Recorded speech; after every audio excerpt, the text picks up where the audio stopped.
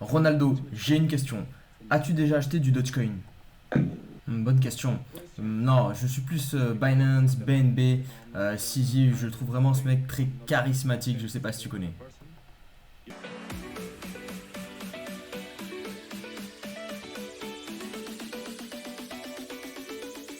Et salut à tous les amis, c'est Crypto Partage, c'est un plaisir de vous retrouver pour cette nouvelle vidéo d'analyse. J'espère que vous portez bien, moi ça va impeccable, on a toujours du vert en ce moment, ça fait plaisir, même si ça ne bouge pas tant que ça, un Bitcoin 20 800 dollars en train de batailler pour passer au-dessus des 21 000, l'Ether 1100 dollars toujours à peu près. Et on a toujours aussi Mati qui continue sa poussée, plus 16%, 0,60 dollars. De mémoire de tête, hier il était aux alentours de 0,40, donc clairement il est en train de bien pousser le petit Matic. On voit ici, vous le voyez, beaucoup d'autres altcoins qui sont aussi dans le vert foncé. Au programme de la vidéo, évidemment, on va revenir sur le gros partenariat entre Binance et Ronaldo, mais il n'y a pas que ça, il y a aussi beaucoup d'autres news très intéressantes, notamment Solana qui annonce la création de son propre smartphone. Donc ça aussi, c'est une très très grosse news. On fera bien évidemment une grosse partie sur l'analyse technique du Bitcoin, mais aussi du SP500. Si le programme te plaît, n'hésite pas tout de suite à mettre un pouce en l'air, t'abonner à tous les réseaux sociaux qui sont en barre de description, et on part tout de suite pour la vidéo.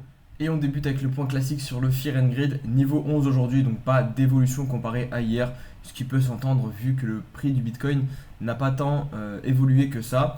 Jouons par contre les options sur le Bitcoin, et là on a pas mal d'évolutions. Enfin, il s'est passé quelque chose d'assez important aujourd'hui, vous le savez, c'était l'expiration donc des contrats trimestriels et aussi de la fin du mois de juin. On avait 103 000 bitcoins en jeu, un max pain price qui est descendu, il était à 30 000, là il est à 29 000, et malheureusement vous le voyez avec le prix du bitcoin, on a clôturé pas mal loin de ce max pain price, donc c'est dommage, ça ne fonctionne pas, et ça nous montre encore une fois que ces indicateurs malheureusement ne fonctionnent pas à chaque fois, parce qu'en général on doit se rapprocher du max pain price. Donc pour le coup pour ce mois-ci ça ne fonctionne pas. Par contre je vous avais dit que voilà la zone ici, ah non là pardon c'est 15 000, la zone ici des 20 000 dollars, on a quand même de grandes chances de clôturer au-dessus, c'est ce qu'on a fait.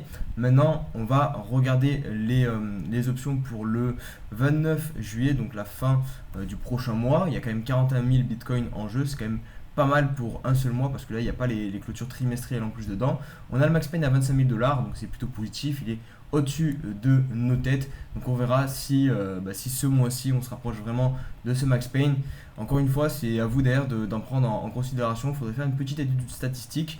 Je sais que voilà, pas mal de youtubeurs disent que le max pain price en général, ça attire le prix du Bitcoin. C'est vrai que j'ai constaté pas mal, et surtout en fait en période de bull run. Mais c'est vrai qu'en ce moment, et je crois que c'était, je sais plus qui c'est qui disait ça, mais en tout cas, en période de bear market, apparemment, ça fonctionne peut-être un petit peu moins. Donc à voir dans le temps si justement ce max pain fonctionne moins ou non. Et on se retrouve pour l'analyse technique du Bitcoin. Donc le daily, point très rapide, hier on a fait une belle journée, vous le voyez avec cette clôture, on est venu absorber toute la baisse de la veille. Après il n'y a rien de fou non plus pour le moment, on est toujours loin du niveau pivot clé que moi je surveille 23 200 dollars. On a à l'inverse en bas les 17 600, donc c'est encourageant, mais ça reste vraiment du très très très court terme.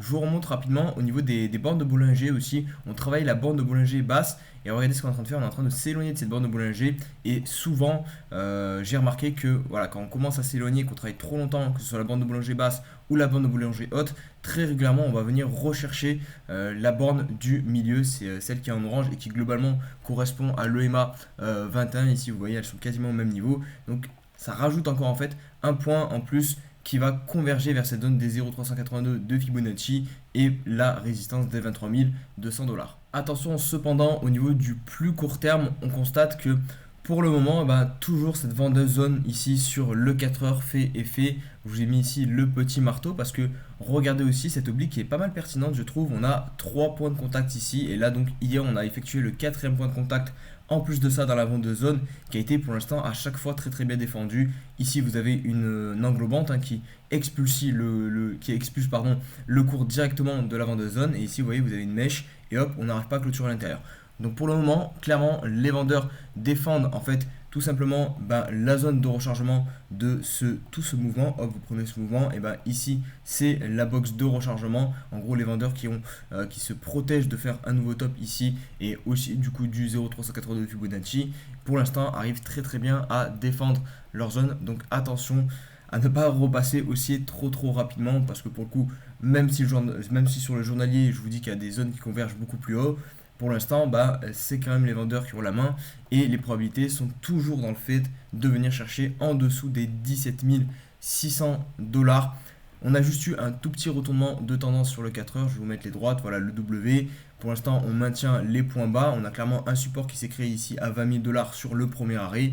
On a la vente de zone au-dessus. On est en train de compresser. C'est tout l'intérêt ici de cette oblique. Vous voyez, hop, on compresse comme ça à l'intérieur. Il va falloir choisir une direction.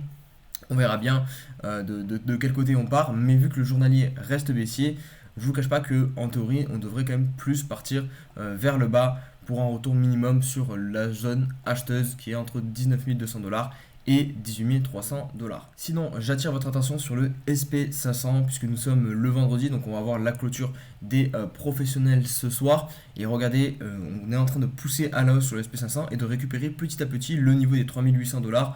Je vous disais qu'il était très important, donc ça ferait vraiment plaisir de réussir à clôturer au-dessus des 3800. Et finalement, on n'est plus très loin de venir chercher surtout l'angle band. Donc on verra ce que va donner la session cet après-midi. Mais si on arrive à clôturer au-dessus des 3900 $, ça sera très positif pour l'indice phare l'indice phare américain.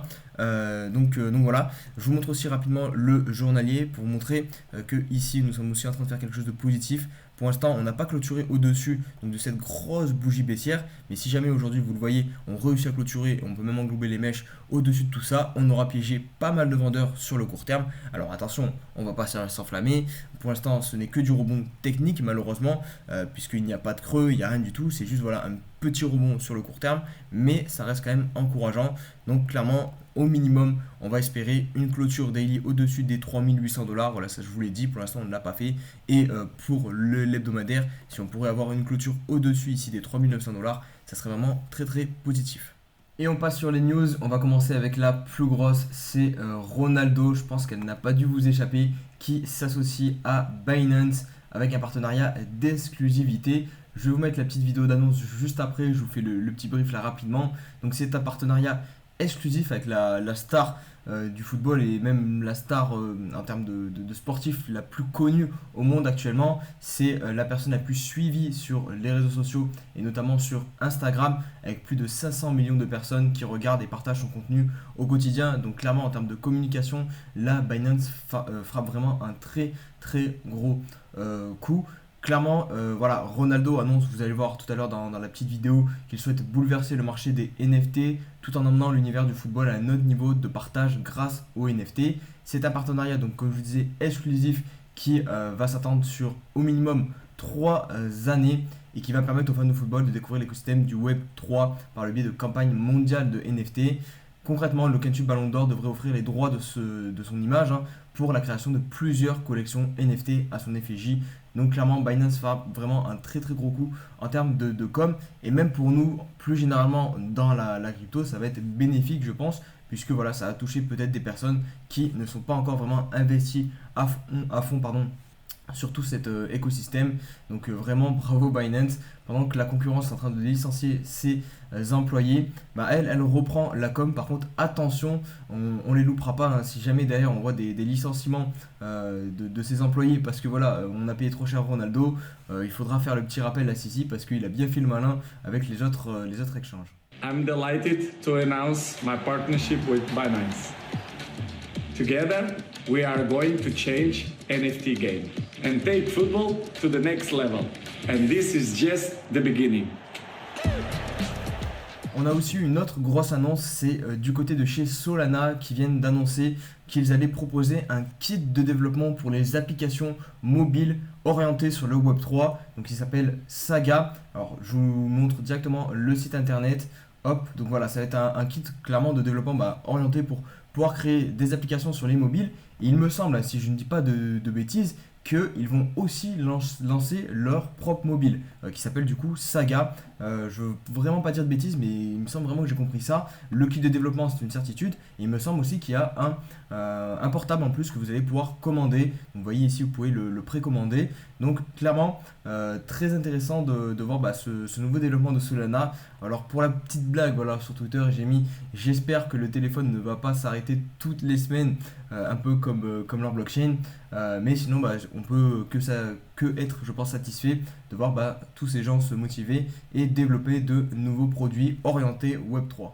On enchaîne maintenant avec Ledger qui avait une conférence, donc la Ledger Open à New York. Il y a eu quelques petites annonces sympathiques pour cette licorne française, hein. C'est une des plus grosses boîtes françaises maintenant, Ledger, qui est clairement le leader de l'Hardware Wallet.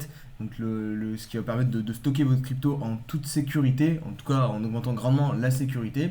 Et ils ont annoncé donc la création d'une marketplace spéciale Ledger, donc dédiée aux NFT bien évidemment, donc en gardant leurs valeurs qui sont l'autogarde et la sécurité. Vraiment voilà, Ledger c'est basé sur ça un petit peu tout leur marketing et tout le but de leurs produits, c'est vraiment d'augmenter la sécurité, de détenir surtout vos propres crypto-monnaies, puisque je vous le rappelle, quand vous détenez vos crypto-monnaies sur Binance ou sur un autre exchange, elles ne vous appartiennent pas. Donc ça c'est un problème. Si jamais Binance fait faillite, vos cryptos, vous pouvez leur dire adieu, en tout cas une bonne partie pour le moment. Donc voilà, il faut toujours garder à l'esprit qu'avoir des cryptos sur un Ledger, ça peut être très très utile. Donc voilà, ils vont développer leur marketplace qui seront donc compatibles avec leur Ledger. Ils vont aussi mettre l'accent sur l'éducation. Ils avaient fait un gros partenariat avec The Sandbox qu'ils avaient annoncé il y a de ça plusieurs semaines. Sandbox, c'est le métaverse, un des métaverses les plus connus avec Decentraland. Et du coup, là, ils ont spécifié un petit peu plus les détails qu'il allait y avoir dans ce partenariat. Et du coup, ça va être une plateforme éducative où vous allez pouvoir, via le métaverse The Sandbox, apprendre au travers de mini-jeux. Donc voilà, c'est plutôt cool de faire un petit peu d'éducation sur le domaine des cryptos. Mais en tout cas, la principale annonce, c'est la création donc de la marketplace NFT spéciale Ledger. Et voilà les amis, si la vidéo vous a plu, n'hésitez pas comme d'habitude à mettre un pouce en l'air, vous abonner à tous les réseaux sociaux. Et d'ailleurs aussi, je ne vous l'ai pas dit tout à l'heure, mais si vous voulez vous procurer une Ledger, vous avez un code de réduction en barre de description. Il me semble qu'il y a un code de réduction, ou s'il n'y a pas de réduction, ça me fera toujours un lien affilié. Donc voilà, vous soutiendrez la chaîne si vous voulez faire un achat et sécuriser vos cryptos. Je vous dis à très bientôt, à demain, comme d'habitude une vidéo par jour. Prenez soin de vous, allez, ciao ciao.